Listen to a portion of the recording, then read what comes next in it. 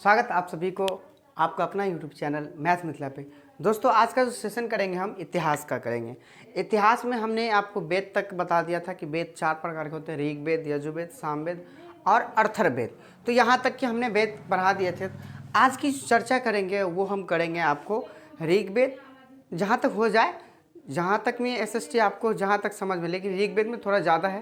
तो आज की चैप्टर जो हम करेंगे वो ऋग्वेद का करेंगे, फिर सामवेद, फिर अथर्ववेद और यजुर्वेद। तो सबसे पहले आज हम जो करेंगे सेशन में वो हम करेंगे ऋग्वेद के बारे में। तो चलिए वीडियो के अंत तक बने रहना। वीडियो अच्छी लगे तो लाइक कमेंट कर लेना और सब्सक्राइब अगर नए हैं तो सब्सक्राइब करके बेल आइकन बटन दबा लीजिएगा। चलिए अब हम देखते हैं, अपनी सेशन को स्टार्ट करते हैं और देखते हैं आज की सेशन ऋग्वेद का। तो सबसे पहले देखते हैं कि इसमें वेद के बाद में पहला आता है ऋग्वेद। तो ऋग्वेद में सबसे पहले ऋग्वेद कहते किसे हैं? तो ऋग्वेद ऋचाओं के क्रमबद्ध ज्ञान के संग्रह को कहते हैं ऋग्वेद। यहाँ तक क्लियर? क्या कहते हैं? ऋचाओं के क्रमबद्ध ज्ञान के संग्रह को कहते हैं ऋग्वेद। अब आता है ऋग्वेद में मंडल की संख्या। तो ऋग्वेद में मंडल की संख्या 10 है। और सूक्त जो पूछेगा, सूक्त पूछा जा सकता है आपसे ऐसे क्वेश्चन कि ऋग्वेद में मंडलों की संख्या बताइए, तो 10 मंडल है। फिर पूछा जाएगा ऋग्वेद में सूक्तों की संख्या बताइए, तो 1028 सूक्त है। फिर पूछा जाएगा ऋग्वेद में ऋचाओं की संख्या बताइए, तो 10,462 ऋचाएँ हैं। तो यहाँ तक क्लियर? आपसे पूछेगा कैसे, ऋचाओं के क्रमबद्ध ज्ञान के संग्रह को क्या कहते हैं? तो क्या कहते हैं? ऋग्वेद कहते हैं। वेद के अंतर्गत में पहला कौन सा आता है? ऋग्वेद। उसके बाद ऋग्वेद, यजुर्वेद, सामवेद, अथर्ववेद। तो ऋग्वेद की अभी हम बात कर रहे हैं, ऋग्वेद की चर्चा कर रहे हैं। तो ऋग्वेद से आपको इतना क्वेश्चन बन रहा है और आगे भी है क्वेश्चन, तो पहले इसको समझ लेते हैं अच्छे से, फिर हम आगे बात करेंगे। तो ऋचाओं के क्रमबद्ध ज्ञान के संग्रह को हम क्या कहते हैं? ऋग्वेद कहते हैं। आपसे क्वेश्चन किस तरीका से पूछा जाएगा, ऋग्वेद किसे कहते हैं? तो ऋचाओं के क्रमबद्ध ज्ञान के संग्रह को ऋग्वेद कहते हैं। इस तरीका से भी पूछ सकता है आपसे, ऐसे पूछ सकता है ऋचाओं के क्रमबद्ध ज्ञान के संग्रह को क्या कहते हैं? तो ऋग्वेद कहते हैं। ऋग्वेद में फिर पूछा जाएगा मंडलों की संख्या, तो मंडलों की संख्या 10 है। फिर पूछा जा सकता है आपसे ऋग्वेद में सूक्तों की संख्या, तो सूक्तों की संख्या 1028 है।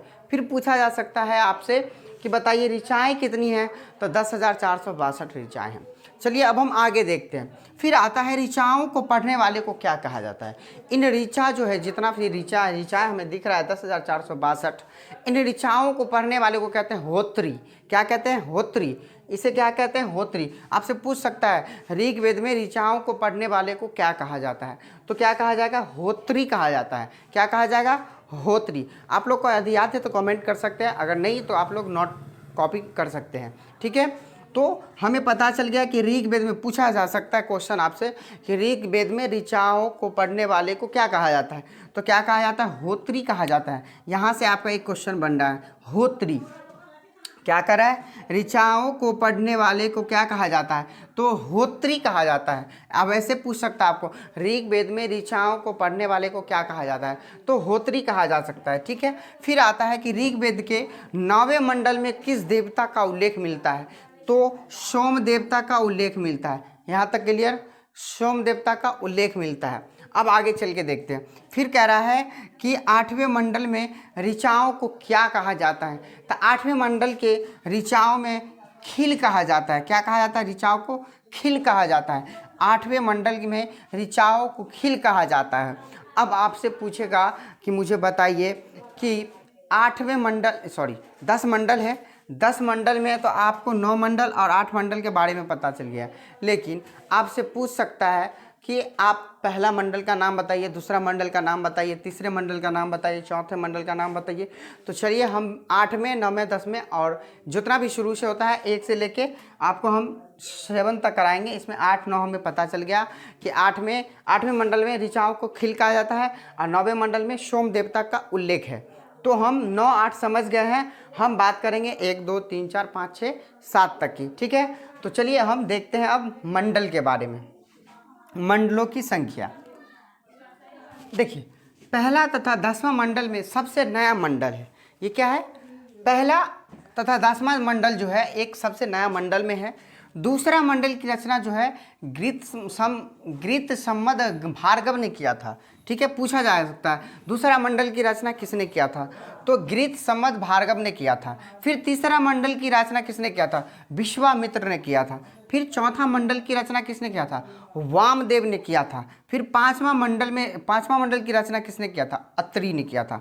फिर छठा मंडल की रचना किसने किया था, भारद्वाज ने किया था। सातवां मंडल की रचना किसने किया था, वशिष्ठ ने किया था। लेकिन ये किससे संबंधित था, शिक्षा से ज़्यादा संबंधित था। तो पूछ सकता है आपसे ऋग्वेद में कौन सा ऐसा मंडल है जिसमें शिक्षा से संबंधित है, तो वो आपका मंडल होगा सातवां मंडल। और आठवां मंडल के बारे में बता दिए, कर्म अंगिरस किया था। लेकिन ये किससे था, इसे पूरे मंडल को क्या कहा जाता था, खिल कहा जाता था। क्या कहा जाता था, खिल। आठवें मंडल में रचना करने वाले को खिल कहा जाता था।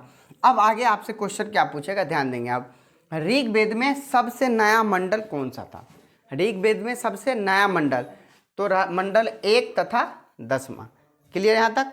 9वां मंडल के बारे में हमें पता चल गया। 9वां मंडल में सोम देवता का उल्लेख है, वनस्पति से संबंधित है। ठीक है। दूसरा मंडल की रचना किसने किया था, घृत सम्मद भार्गव ने किया था। फिर पूछ सकता है ऋग्वेद में तीसरे मंडल की रचना किसने किया था, तो विश्वामित्र ने किया था।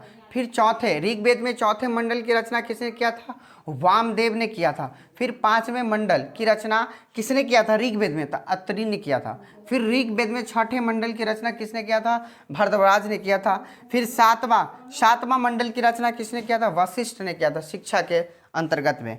तो आठवां मंडल की रचना किसने किया था, कर्णव अंगिरस ने किया था। लेकिन आपसे क्वेश्चन किस टाइप से पूछेगा, ये ध्यान दीजिए।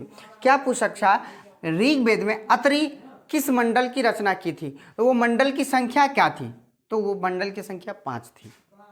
ठीक है। क्या पूछेगा, ऋग्वेद में अत्रि की रचना किस मंडल में की गई थी, तो वो नंबर आपसे पूछ देगा 5वां, दूसरा, तीसरा। जो आपका आंसर होगा वो आंसर याद है। यानी दोनों तरफ से क्वेश्चन पूछ सकता है। विश्वामित्र पूछेगा, ऋग्वेद में विश्वामित्र की रचना क्या, मंडल की संख्या क्या है, तो 3, इतना याद रखना।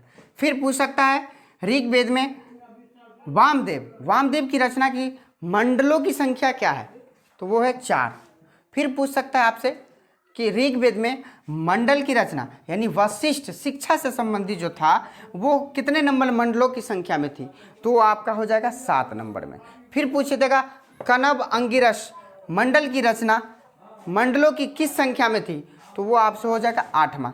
और सोम देवता का उल्लेख ऋग्वेद में किस में किया गया, कौन से मंडलों की संख्या में किया गया, तो वो आपको पता ही है, मैंने पिछले वाले वीडियो में ही बता दिया। अभी वीडियो में बताया हूँ कि 9वें मंडल में जो है सोम देवता का उल्लेख किया गया, वनस्पति से संबंधित है। तो इस तरीका से मेरा ये ऋग्वेद का जो सेशन है आज कंप्लीट हुआ। ऋग्वेद यदि सबको याद हो जाए कमेंट कर दीजिएगा। कमेंट करने के बाद हम आपको बताएंगे ऋग्वेद के बाद सामवेद, अथर्ववेद, यजुर्वेद एक ही में मिला के आपको बता दिया जाएगा। क्योंकि बोर्ड का स्पेस थोड़ा सा छोटा है, इसलिए कि पूरे डिटेल्स नहीं इसमें एडजस्ट हो पाएगा, इसलिए हम बारी बारी से करके बताएंगे आपको ऋग्वेद, यजुर्वेद, सामवेद, अथर्ववेद। आज हम ऋग्वेद के बारे में समझ गए। सामवेद, अथर्ववेद और यजुर्वेद थोड़ा छोटा छोटा है, तो हम तीनों को एक ही में कंबाइन करके आपको डिटेल्स करके बता देंगे। और यदि ये समझ गए तो कमेंट कर लेना, अगर वीडियो अच्छी लगी तो लाइक, कमेंट, सब्सक्राइब कर लेना और दोस्तों में शेयर कर लेना। फिर मिलते हैं हम अगले वीडियो में। आपको ऋग्वेद हो गया है, सामवेद, यजुर्वेद, अथर्ववेद लेके। चलिए, थैंक यू।